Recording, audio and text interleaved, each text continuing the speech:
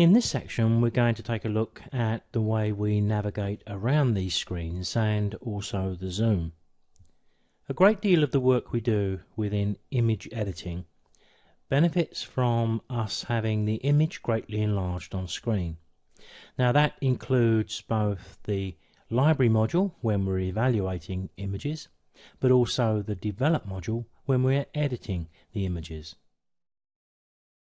Having the images large on screen is one of the reasons why we like to use those quick shortcut keys to clear the screen of unwanted panels. And if you notice, we've already lost the film strip at the bottom, which I can bring back with the F6 key. But the shortcut keys, just as a reminder, is the tab key, which will remove the left and right panels, and the tab key will bring them back. But Shift and Tab will take away all of the panels, and Shift and Tab will also bring them back. And of course we've got the F5 to F8 keys, which will deal with each of the panels individually. But what we need to refer to here is the navigator, which we can see at the top left of the screen. So let's select one of these images. It doesn't really matter which one for the purposes we need here. Let's select this one and go to the navigator and click the little icon to drop the navigator down. Let's start with the thumbnail as it appears within the drop down navigator window at the top left of the screen, and also the options along the top.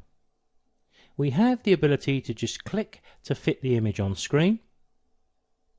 We can use fill the screen, which brings it up to cover all of that area between the panels, and we have various stages of enlargement. Probably one of the most useful is 1:1, and you can see the image gets quite large on screen, but of course I've lost a big chunk of the image at the moment, so I can move onto the picture. The hand tool appears automatically, and I can click and I can scroll the image up so that I can work towards an area of the image which helps me to evaluate the image, or if I'm editing, how to do the best editing I can. You'll notice here we have a 1:8 zoom, and if I choose the zoom level here, you can see we go up to a massive 11:1. Now when we do that, we can almost work on individual pixels, as you can see.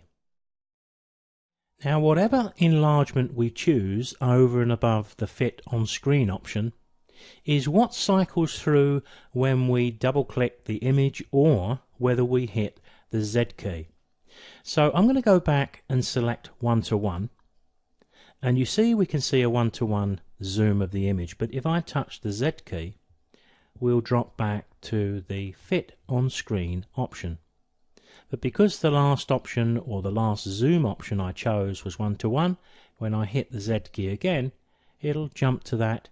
So I've got a toggle between fit on screen and 1:1. But of course if my last option that I chose was 11:1, then the Z key is going to scroll between fit on screen and 11:1. So we can set up the image to zoom at the touch of a keystroke to a level that's going to enable us to do the work we want to do. For the moment though, I'll just click 1:1 and we'll hit the Z key once again. Not forgetting, of course, we can go to the grid screen or back to the grid screen with a touch of the G key, or we can hit the grid icon at the bottom left of the large image. So because 1:1 was the last setting I chose, if I go to another image and double click, then we get the fit on screen. But if I click once again, it jumps to 1:1, and if I click once again we're back to fit on screen. Exactly the same cycle between the zoom factors, but we can either do that with our cursor or we can do it with a keystroke. And if that's not enough, we can go to the thumbnail in the navigator and click, and we jump to our 1:1, and whatever zoom factor we've chosen we will get this little square. Now that's quite useful, because if we wanted to look right up at the top left of the image, let's just click again and get the little square up, click and drag. So I can go up to the top left, so if I was looking for any dust on the sensor of my camera, You can see how I can move along the top gradually, stopping from time to time. I can look to see if I can see any dust, because although we're looking at an enlarged image here in the library module, these options that I'm demonstrating are exactly the same in the develop module. And we can move across and look at any part of the image, and there, if you can see it, there's 1, 2, 3 little dust mites on the screen which would have to be dealt with in our editor. But at any time I quite favour the Z key. It's so convenient to just cycle back to the full screen mode, and if we've finished having a look at this image, then our fingers nicely poised for the G key to select the next image.